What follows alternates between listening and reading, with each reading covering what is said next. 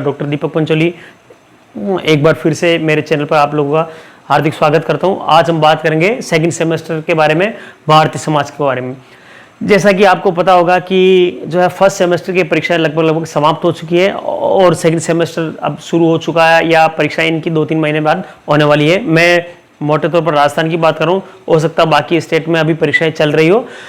जैसा कि मैंने पहले के एक वीडियो में बता रखा है सेमेस्टर के बारे में कि क्या सेमेस्टर सिस्टम क्या है, पूरे भारत में लागू हो चुका है, तो उसमें जो है क्या क्या चीज़ें किस तरीके से आएगी, वो आप उसके बारे में ज़्यादा जानकारी के लिए आप मेरा वो वाला वीडियो देख सकते हैं।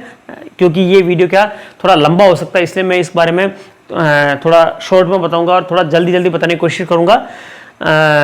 पहली चीज़ सेमेस्टर के बारे में मैंने आप लोगों को बताया था कि एक मोटा अंतर ये होता है कि वार्षिक परीक्षा में साल में एक बार परीक्षा होती है, सेमेस्टर में आपके साल में 2 बार परीक्षाएं होती है। फर्स्ट ईयर की अगर हम बात करें तो फर्स्ट ईयर में आपके 2 पेपर होते थे, पहला होता था समाजशास्त्र के सिद्धांत, दूसरा होता था भारतीय समाज। तो जो पेपर है पहले एक ही साथ होते थे। अब क्या हुआ कि फर्स्ट सेमेस्टर के अंदर उन्होंने समाजशास्त्र के सिद्धांत कर दिया और सेकंड सेमेस्टर में भारतीय समाज कर दिया। तो पहला पेपर आप लोगों के समाप्त हो चुका है या चल रहा होगा। मैं आज सेकंड सेमेस्टर के बारे में बात करूंगा। दूसरी बात अगर हम करें कि जो है यहाँ इस पेपर की बात करें तो अगर आप समाजशास्त्र के विद्यार्थी हैं और फर्स्ट ईयर से लेकर एमए तक की बात करें तो जो सबसे आसान पेपर है वो भारतीय समाज वाला पेपर होता है। और ये पेपर आपके यूजी में भी आएगा और पीजी अगर आप एमए कर रहे हैं तो उसके अंदर भी एक पेपर निश्चित रूप से आता ही आता है। तो इसलिए ये वीडियो जो है आपके अगर आप बीए के विद्यार्थी या एमए के विद्यार्थी तब भी आपके लिए काम में आएगा। और अगर कॉम्पिटिटिव एग्जाम की तैयारी कर रहे हैं तब भी आपको जो बेसिक जानकारी है भारतीय समाज के बारे में वो आपको इसके अंदर मिलेगी। यहाँ वीडियो शुरू करने से पहले मैं आपको एक बार फिर बताना चाहूँगा कि मेरा जो है आमतौर पर उद्देश्य जो है ये रहता है कि बच्चे जो है समाजशास्त्र के बारे में सीखे, समझे और जो रटने की जो प्रवृत्ति वो उनकी दूर हो। मेरे अगर पुराने वीडियो आप लोगों ने देखे होंगे तो उसमें मैंने उदाहरण के द्वारा समझाने की कोशिश की और मुझे काफ़ी अच्छा लगा कि मेरे वीडियो हज़ारों की संख्या में लोगों ने देखे हैं। और ख़ास तौर से उत्तर भारत के अंदर लगभग हर स्टेट से जो है मेरे पास विद्यार्थियों के फ़ोन भी आते हैं। और जैसा कि अगर आप नए हैं तो मैं आपको बताऊं कि मैं जो ये मेरा चैनल मोनेटाइज है और इसका जो आय है इनकम है वो मैं मेरे पर्सनल उद्देश्य से इसको उपयोग नहीं करता हूं, मैं गरीब विद्यार्थियों के लिए काम में लेता हूं। 25 सालों का मेरा अनुभव है और मैं छात्रों को ये कहता हूं कि मेरे को कभी भी आप फ़ोन कर सकते हैं। मेरे नंबर भी मैं आप लोगों को बताता हूँ, 9411431728। बात करते हैं सीधे सेमेस्टर के बारे में बात करें। सेकेंड सेमेस्टर जैसा कि मैंने अभी बताया आपको काफ़ी ईजी है। मेरा उद्देश्य ये रहेगा आप लोगों को इसको समझाने का। ये मेरे पास सिलेबस है। अगर हम बात करें तो आपको जो है, क्योंकि ये आसान है, आसान का मतलब ये नहीं कि आप पढ़ो ही नहीं। और कई दफ़े हमें लगता है कि पेपर अगर आप लोगों ने पुराने पेपर देखे होंगे तो भारतीय समाज के बारे में, जाति, धर्म, संस्कृति, ये सब हम आमतौर पर जानते हैं। हर कोई व्यक्ति जो है इसके बारे में लिख सकता है, मगर जो है एक तो आम व्यक्ति लिखे, एक समाजशास्त्र विद्यार्थी लिखे, इन दोनों में कोई न कोई अंतर होना चाहिए। और इसीलिए अगर आप अच्छा लिखेंगे तभी आपको अंक प्राप्त होंगे। तो जो है संक्षेप में मैं यही बताना चाहूँगा कि चीज़ों को समझने की कोशिश करें, रटने की कोशिश नहीं करें। और अब हम बात करते हैं सीधी सेमेस्टर के बारे में, फर्स्ट सेमेस्टर के बारे में, फर्स्ट यूनिट के बारे में। जो पहली यूनिट है ये जैसे मेरे अंग्रेजी में मेरे पास लिखा हुआ, मैं इसको हिंदी में आपको बताऊंगा। The textual and field view of Indian society. Textual view का मतलब होता है हिंदी में पाठीय दृष्टिकोण या शास्त्रीय दृष्टिकोण, पहली चीज। और दूसरा फील्ड व्यू, फील्ड यानी क्षेत्र, तो इसको हम बोलेंगे क्षेत्र या क्षेत्रीय भी लिख सकते हैं इसको। देखिए, जो समाज को समझने का या किसी भी अध्ययन करने के 2 तरीके होते हैं। एक होता है आप जो है पुरानी किताबें, उनके आधार पर जो ग्रंथ है, शास्त्र है, हमारे पास अवेलेबल जो लिटरेचर है, उनके आधार पर अगर हम किसी चीज़ का अध्ययन करते हैं। क्योंकि हम समाज का अध्ययन कर रहे हैं, भारतीय समाज की बात कर रहे हैं, तो भारतीय समाज का अध्ययन जो है 2 तरीके से किया गया है। कुछ लोगों ने पाठीय यानी पाठ, टेक्स्ट, जो टेक्स्ट बुक होती है, टेक्स्ट का मतलब होता है पाठ, और उसी से बना पाठीय या शास्त्रीय, क्लासिक इसमें बोल सकते हैं। तो जो पुराने साहित्य है या जो लिटरेचर पुराना लिखा हुआ, उसके आधार पर जो है अगर हमने भारतीय समाज को समझने की कोशिश करते हैं तो वो दृष्टिकोण कहलाता है पाठ्य दृष्टिकोण। दूसरा होता है कि भाई हम तो जो है कोई उपलब्ध साहित्य को नहीं पढ़ करके हम क्षेत्र में जाएंगे, समाज के अंदर जाएंगे, हम और वहाँ का बारे में हम अध्ययन करेंगे तो वो चीज़ कहलाती है क्षेत्रीय या फील्ड व्यू, इसको कहलाती है। अब जो है अगर हम बात करें सिलेबस के अंदर, तो आपके जो सिलेबस के अंदर पाठ्य शास्त्र को इसके अंदर जो है 4 समाजशास्त्र के बारे में आता है। जीएस गुरिये जो भारत के समाजशास्त्र के जनक माने जा सकते हैं, उन्होंने जाति के बारे में बहुत अच्छा लिखा है, मगर इन्होंने कहाँ से लिखा, इन्होंने कोई फील्ड वर्क नहीं किया। इन लोगों ने क्या करा, जो भारतीय समाज को समझने के आधार है उसमें जो पुराने ग्रंथ है जैसे रामायण, महाभारत, वेद, पुराण, उपनिषद ये हुए, या जो ऐतिहासिक दस्तावेज है, जो पुराने जो भारत के अंदर विदेशी जो नागरिक आए थे उन्होंने जो डायरिया लिखी, उनके आधार पर जो है जो भारतीय समाज का विश्लेषण किया वो ये इसके अंतर्गत कहलाता। तो जीएस गुरिये हो गए। राधा कमल मुखर्जी जो है ये इन्होंने सामाजिक मूल्यों के बारे में बहुत अच्छा अपना सिद्धांत दिया है। इसके अलावा जो है लुई ड्यूमा, ये एक फ्रांसीसी विद्वान है जिन्होंने भारतीय समाज के बारे में अध्ययन किया है। के.एम. कपाड़िया, इन्होंने भारत में विवाह, परिवार, इनके बारे में अध्ययन किया। तो ये पाठ्य दृष्टिकोण के अंतर्गत आते हैं। फील्ड व्यू यानी कि जो है, और जो पाठ्य दृष्टिकोण वाले जो समाजशास्त्री वो हम ये कह सकते हैं कि एक पुराने समाजशास्त्री थे, और आमतौर पर जो पुराने जितने भी विद्वान हुए उन्होंने लोगों ने इसी तरीके से दृष्टिकोण से अध्ययन किया, चाहे वो दुर्खीम हो, चाहे मैक्स वेबर हो, यहाँ तक कि कार्ल मार्क्स को भी हम इसी श्रेणी में शामिल कर सकते हैं। फील्ड व्यू का मतलब है कि जो है हम किसी पर्टिकुलर इलाके में जाए, मान लीजिए आपको हिमालय या उत्तर प्रदेश के बारे में किसी के जनजाति का अध्ययन करना, तो आप वहाँ जाकर के आपने वहाँ रहे और वहाँ आपने जो है निष्कर्ष निकाला, वो आपका फील्ड व्यू में कहलाएगा। तो इसके अंतर्गत जो है अगर हम बात करें तो भारत के अंदर जो है एम.एन. श्रीनिवास बहुत बड़े नामी जो है व्यक्ति हुए, और सिलेबस के अंदर अगर हम बात करें आपकी, तो इसमें आपके एम.एन. श्रीनिवास का नाम आता है, एस.सी. दुबे और के.एम. कपाड़िया का नाम आता है। मैंने जो है उसमें शुरू में गलती से जो है पाठ्य दृष्टिकोण के अंदर के.एम. कपाड़िया का नाम बोल दिया था। के.एम. कपाड़िया फील्ड व्यू के अंतर्गत जो है आते हैं, और जो है आपके सिलेबस के अंदर दे रखा है उसमें जीएस गुरिये, राधा कमल मुखर्जी, लुई ड्यूमा, ये 3 लोग पाठ्य दृष्टिकोण में आते हैं। और फील्ड व्यू के अंदर की बात करें तो M N. Srinivas, S C. Dube. M N. Srinivas जो है बेसिकली साउथ के थे और इन्होंने पश्चिमीकरण, संस्कृतिकरण इस तरह की अवधारणाएं दी थी और बहुत ही माने हुए समाजशास्त्री रहे। दूसरे एस.सी. दुबे, ये मध्य प्रदेश के थे। श्यामाचरण दुबे, इन्होंने भारतीय गांवों के बारे में और काफ़ी बहुत विशद और अच्छा विस्तृत अध्ययन किया है। तीसरे जो है के.एम. कपाड़िया, ये गुजरात के रहे और इन्होंने गुजरात के अंदर फील्ड वर्क किया और इन्होंने विवाह, परिवार के बारे में अध्ययन किया। तो ये पहली यूनिट हो गई आपकी the textual and field view. दूसरी यूनिट की अगर हम बात करें तो दूसरी यूनिट में the structure and composition of Indian society. इसके अंदर आपके village, town, city, weaker section, SC, ST, women and minority, ये 4-5 चीज़ें हैं। मैं आपको इसके बारे में थोड़ा सा जानकारी बता देता हूँ। ये मैं मिटा देता हूँ। भारतीय समाज की जो बेसिक संरचना है, यानी कि भारतीय समाज के अंदर क्या क्या चीज़ें आती है वो उसके अंदर बताया। तो 3 चीज़ें हैं, जैसा कि आप लोगों ने देखा होगा कि हम ये कहते हैं कि भारत जो है गाँवों का देश है। पुराने ज़माने में कहते थे, अब धीरे धीरे, हालांकि अब नगरीकरण तेज़ी से बढ़ता जा रहा, फिर भी अभी भी गाँवों की संख्या ज़्यादा है। तो पहली चीज़ है गाँव, दूसरा कस्बा, तीसरा शहर। ठीक है, ये पहले हम इन 3 के बारे में बात करेंगे, बाकी आगे की बात करेंगे। हम सब जो है गांव, कस्बा, शहर में रहते हैं, किसी एक जगह में रहते हैं, मगर अगर परिभाषा की बात करें तो हम इसके बारे में नहीं बता पाएंगे या उलझुल चीज़ें लिखेंगे। ज़्यादातर लड़के, ज़्यादातर विद्यार्थी वो ये लिखते हैं कि गांव छोटे होते हैं, शहर बड़े होते हैं। आमतौर पर ये बात सही है, मगर जो अंतर की बात करें तो एक ही अंतर है, और वो पूरे विश्व की अगर हम बात करें तो वो आता है कृषि के आधार पर। यानी कि जहाँ की 70%, 75% से अधिक आबादी जो है खेती पर निर्भर करती है, वो इलाका कहलाता गांव। ठीक है, खेती और खेती से जुड़े हुए जो काम पर निर्भर जो व्यक्ति रहते हैं, वो अगर बहुलता है तो वो गांव कहलाएगा। और आमतौर पर हमारे गाँव के अंदर हम देखते हैं सारे ज़्यादातर किसान ही होते हैं, और वो खेती बाड़ी, पशुपालन, इन से जुड़े हुए रहते हैं। और दूसरा शहर है ना, गांव को बोलते हैं विलेज, शहर को बोलते हैं सिटी, और कस्बे को बोलते हैं टाउन। सिटी बिल्कुल इसका जस्ट अपोजिट है, जहाँ के 75% लोग खेती के अलावा बाकी कोई कामकाज करते हो तो वो शहर कहलाता। और यहाँ बहुत सारी चीज़ों में अंतर आ जाता है। यहाँ रहन सहन सुविधाओं का भी एक अंतर होता है, जनसंख्या का भी अंतर होता है। मगर जैसे अगर हम जनसंख्या का अंतर हर जगह नहीं होता, जैसे यूरोप की बात करें तो यूरोप के जो शहर है वो 1000-2000 की आबादी वाले भी जो चीज़ें हैं वो शहर कहलाती है यूरोप के अंदर, क्योंकि वहाँ आबादी कम है। जबकि हमारे यहाँ भारत की अगर हम बात करें, खासतौर से उत्तर प्रदेश की बात करें, तो वहाँ 10-10 हज़ार के आबादी वाले गांव मिल जाएंगे, जबकि यूरोप के अंदर 10,000 की आबादी के बड़े शहर पाए जाते हैं। तो ये अंतर है, तो वहाँ अंतर कृषि के आधार पर होता है। तीसरा कस्बा, टाउन।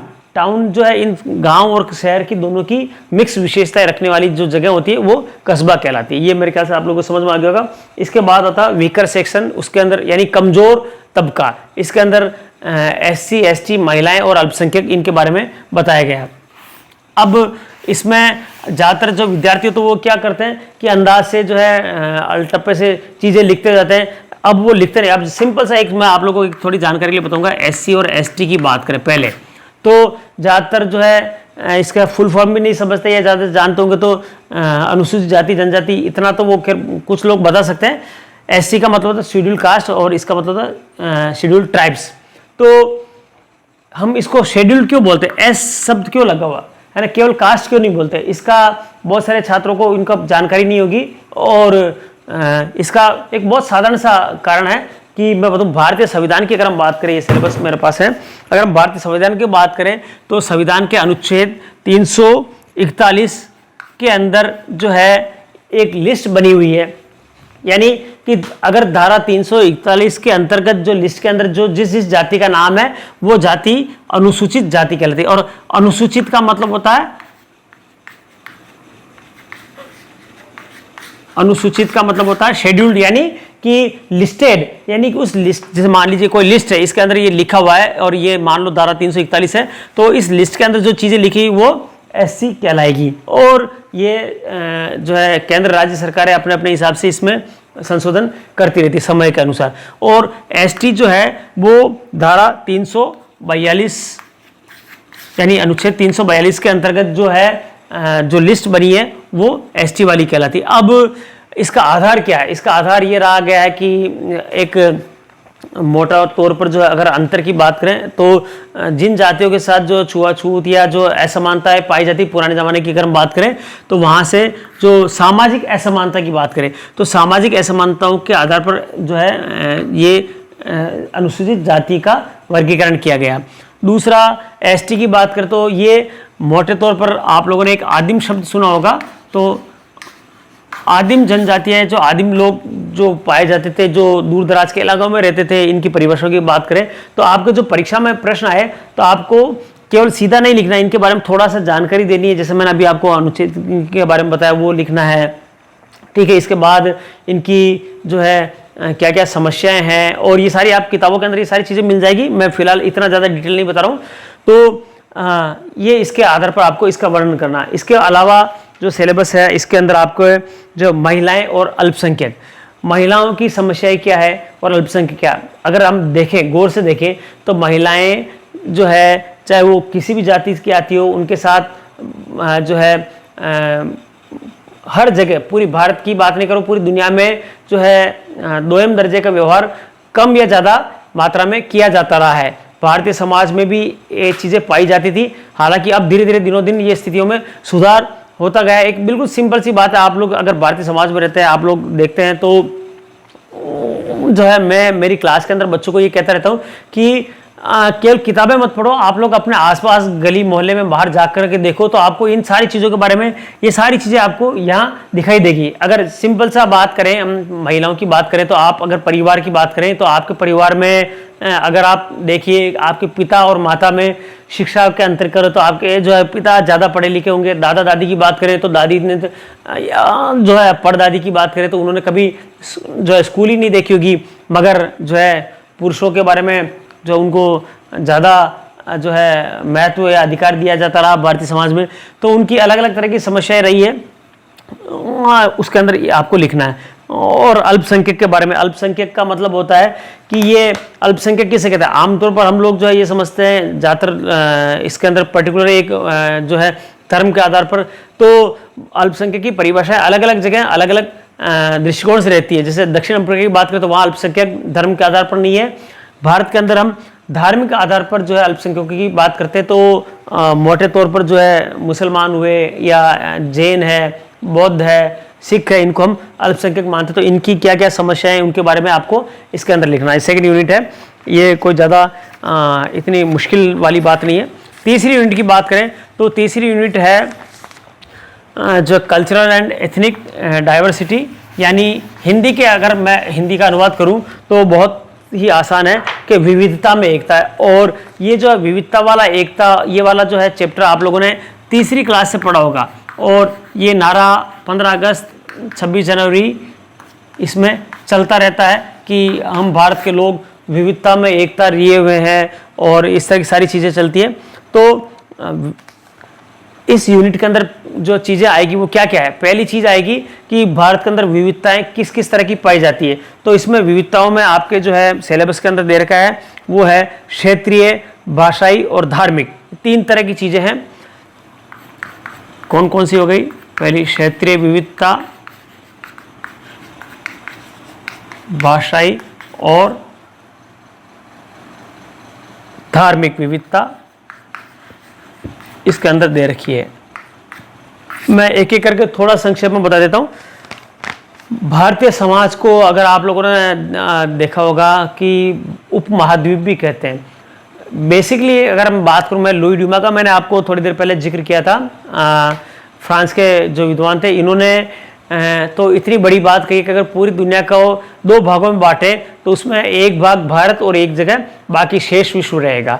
इनका कहने का मतलब ये था कि भारत इतना विविधता प्रधान देश है और इसको एक शब्द आप लोगों ने सुना होगा उपमहाद्वीप, भारत को उपमहाद्वीप भी कहते हैं। महाद्वीप का मतलब होता है एक बहुत बड़ा एरिया जिसके अंदर अलग अलग देश पाए जाते हैं।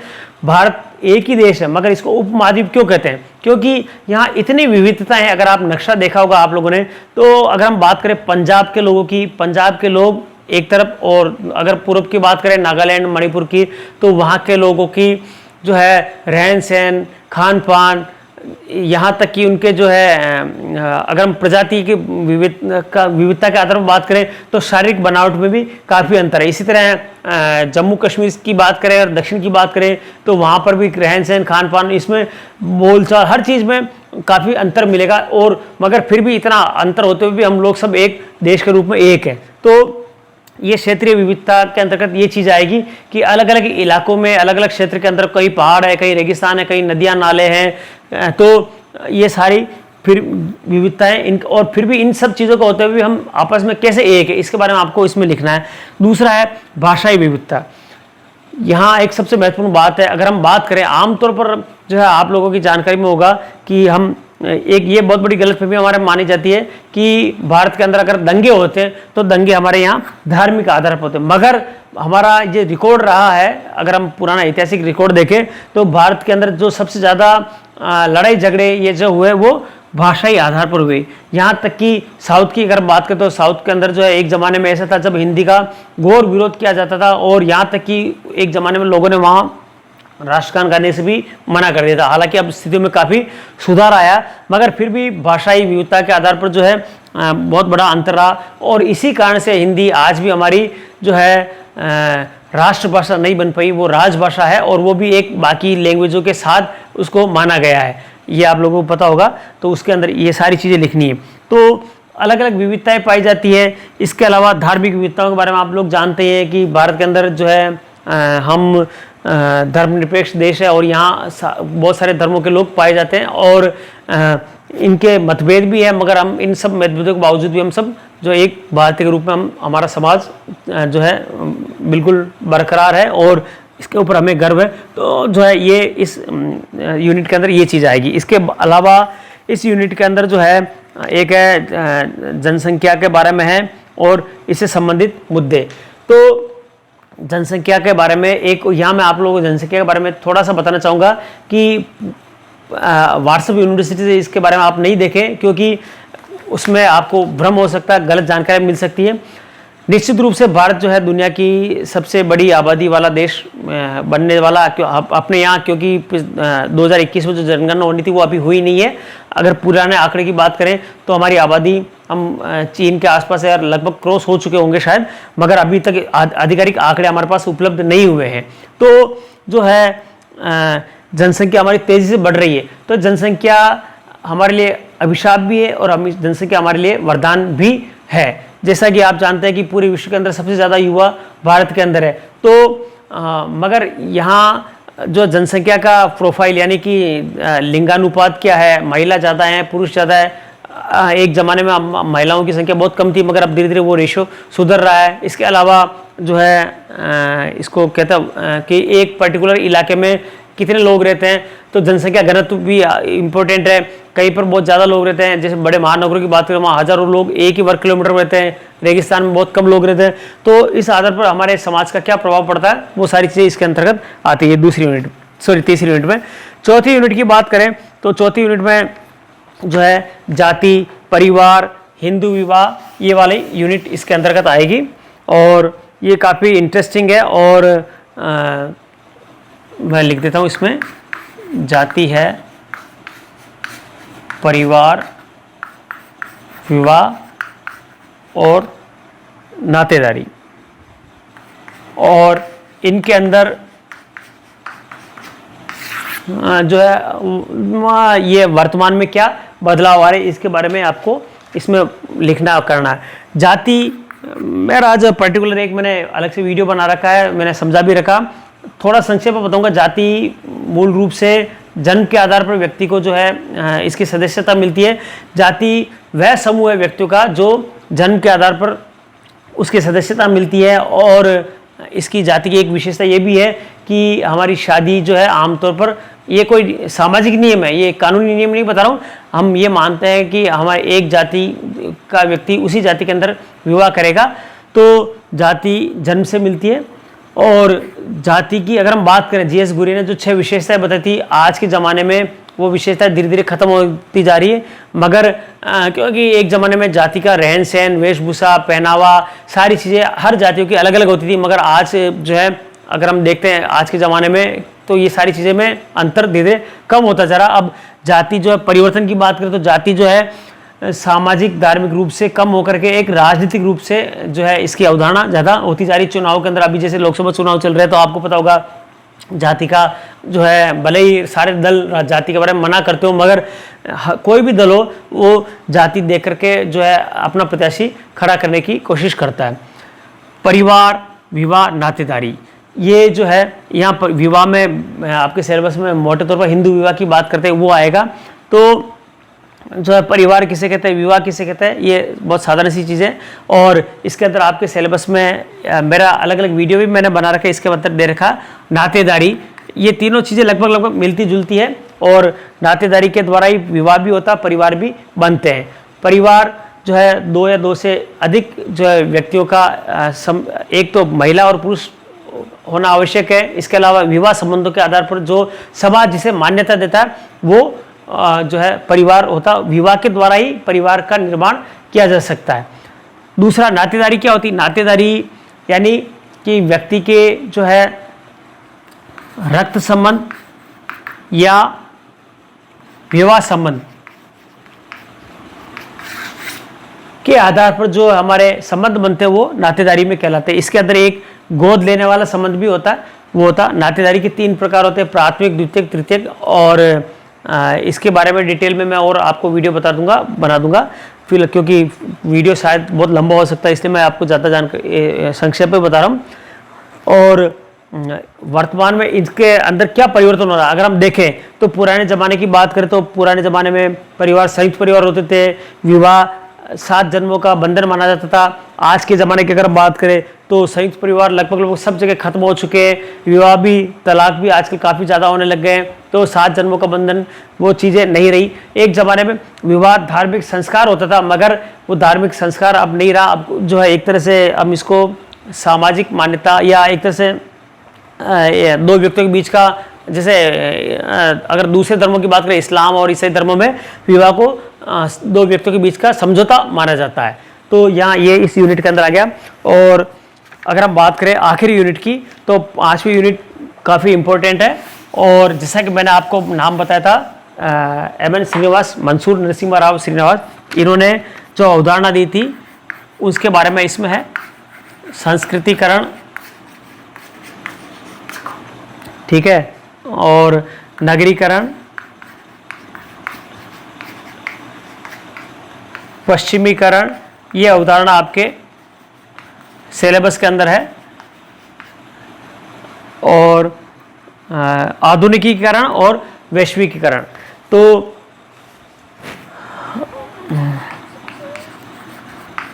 आधुनिकीकरण और वैश्वीकरण, भूमंडलीकरण उसको बोल सकते हैं।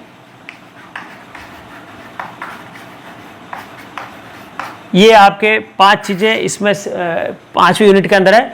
संस्कृतिकरण, पश्चिमीकरण की अवधारणा एम.एन. श्रीनिवास ने दी है।